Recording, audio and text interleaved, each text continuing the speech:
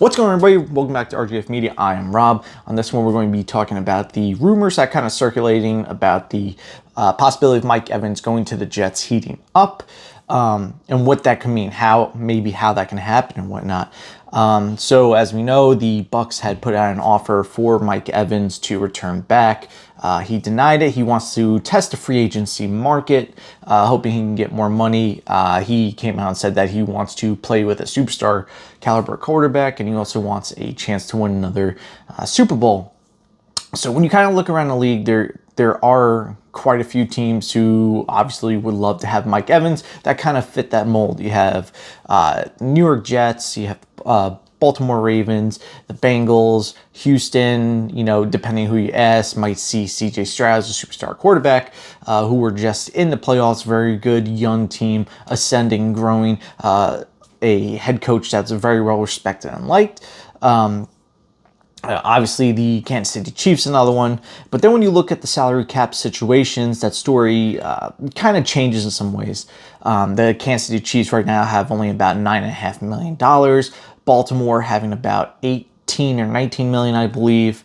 But then if you look, and then the Jets would be next at about 22, 23 million.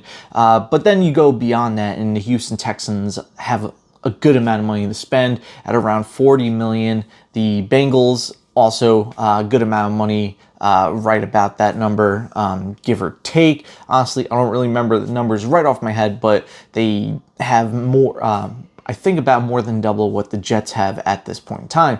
And this is after the salary cap increase.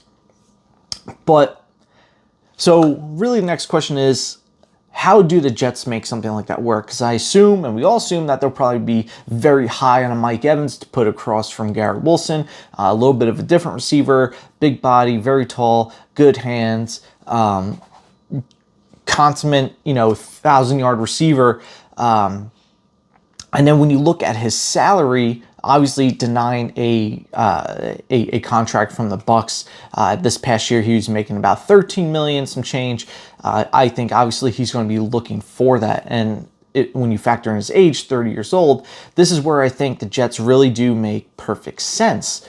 Being 30 years old, I think if you go out there, you offer him a 3-year deal with an opt-out after year 2, just because of the whole Ryder situation. You don't know if he's going to be here for a year or 2 or 3. It's probably that 1 to 2 year range. I think that gives Mike Evans a chance to get a good chunk of change now, and then still be able to go out on the free agent market and get another deal afterwards.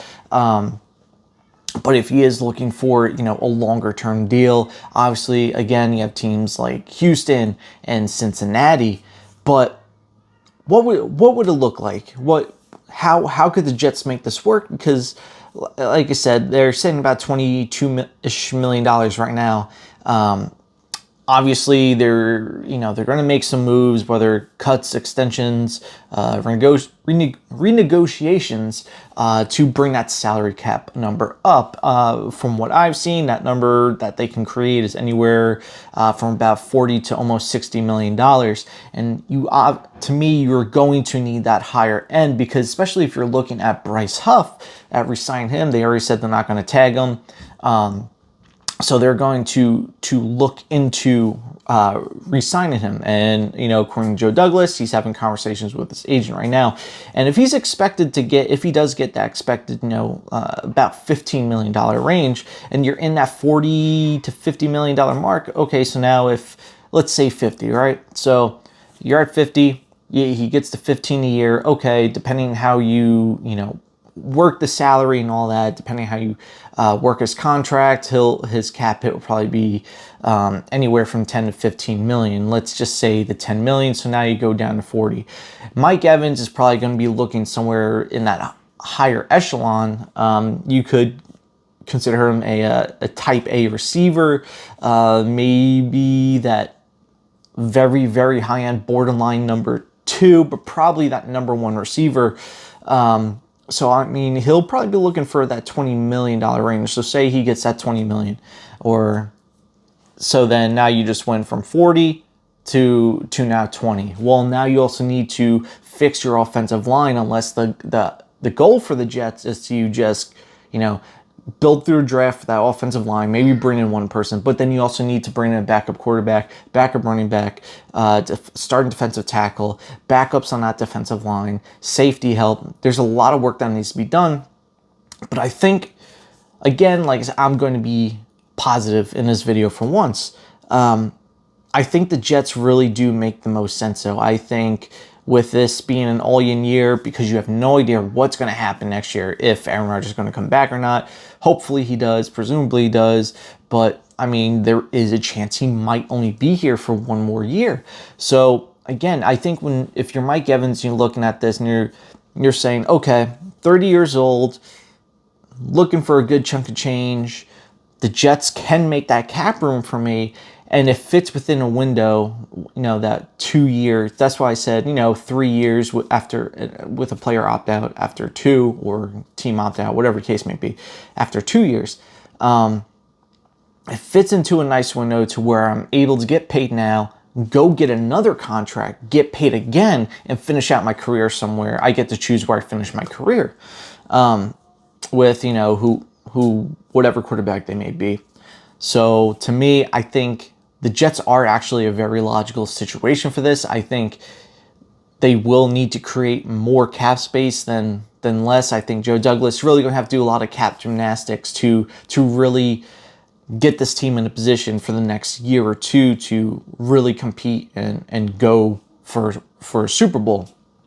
But that's just my 2 cents. I think that this is a good opportunity for the Jets. I think that's a very logical landing spot for Mike Evans.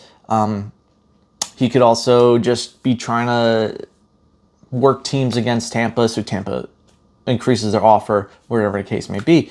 But that's all I got. What do you think? And let me know in the comments down below. Do you think Mike Evans is an actual logical option? Do you think there's somewhere else that the Jets should go?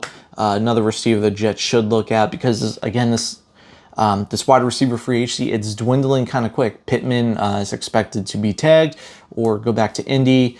T. Higgins is off the board. So really, it's Mike Evans and then maybe Calvin Ridley. But I'd rather go for Mike Evans.